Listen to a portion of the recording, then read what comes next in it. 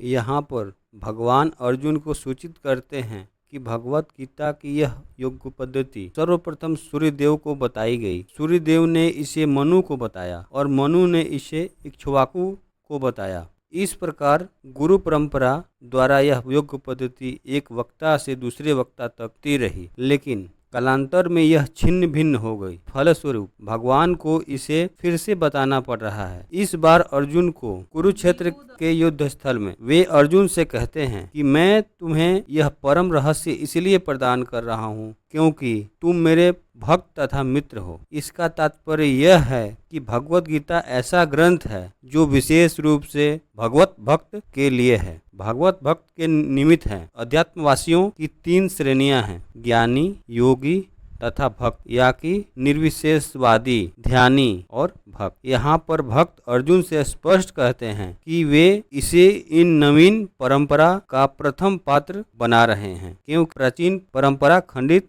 हो गई। अतएव यह भगवान की इच्छा थी कि सूर्यदेव से चली आ रही विचारधारा की दिशा में ही अन्य परंपरा स्थापित की जाए, और उनकी यह इच्छा थी कि उनकी शिक्षा का वितरण अर्जुन द्वारा नए सिरे से हो। वे कहते हैं कि अर्जुन भगवत गीता ज्ञान का प्रमाणिक विद्वान बने। अतएव हम देखते हैं कि भगवत गीता का उपदेश अर्जुन को विशेष रूप से दिया गया क्योंकि अर्जुन भगवत का भक्त, प्रथम प्रत्यक्ष शिष्य तथा घनिष्ठ मित्र था। अतएव जिस व्यक्ति ने अर्जुन जैसे गुण पाए जाते हैं वह भगवत गीता को सबसे अच्छी तरह समझ सकता है। कहने का तात्पर्य है कि भक्त को भगवान से प्रत्यक्ष रूप से संबंधित होना चाहिए। ज्यों ही कोई भगवान का भक्त बन जाता है त्यों उसका सीधा संबंध भगवान से हो जाता है। यह एक अत्यंत विशद विषय है, लेकिन संक्षेप में यह बताया जा सकता है कि भक्त तथा भगवान के मध्य 5 प्रकार का संबंध हो सकता है। पहला, कोई निष्क्रिय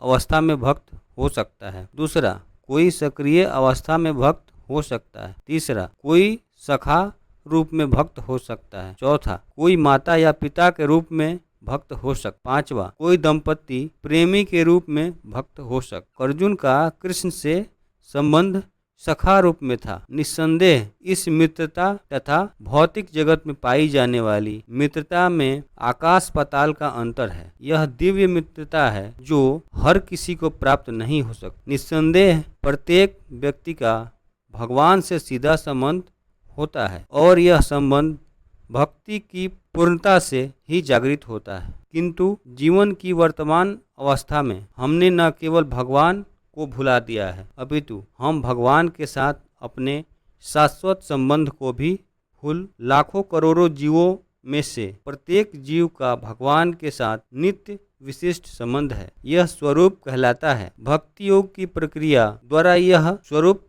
जागृत किया जा सकता है, तब यह अवस्था स्वरूप सिद्धि कहलाती है। यह स्वरूप की अर्थात स्वाभाविक या मूलभूत स्थिति की पूर्णता कहलाती है। अतएव अर्जुन भक्त था और वह भगवान के संपर्क में मित्र के रूप में था। अर्जुन ने कहा, आप भगवान परम धाम, पवित्रतम, परम सत्य हैं। आप शाश्वत दिव्य आदि पुरुष, अजन्मा तथा महानतम हैं। नारद, असित, देवल तथा व्यास जैसे समस्त महामुनि आपके विषय में इस सत्य की पुष्टि करते हैं और अब आप स्वयं मुझसे इसी की घोषणा कर रहे हैं। हे कृष्ण, आपने जो कुछ कहा है उसे परिपूर्ण से मैं सत्य मानता हूँ। हे प्रभु, न तो देवता और न असुर ही आपके व्यक्तित्व को समझ सकते हैं।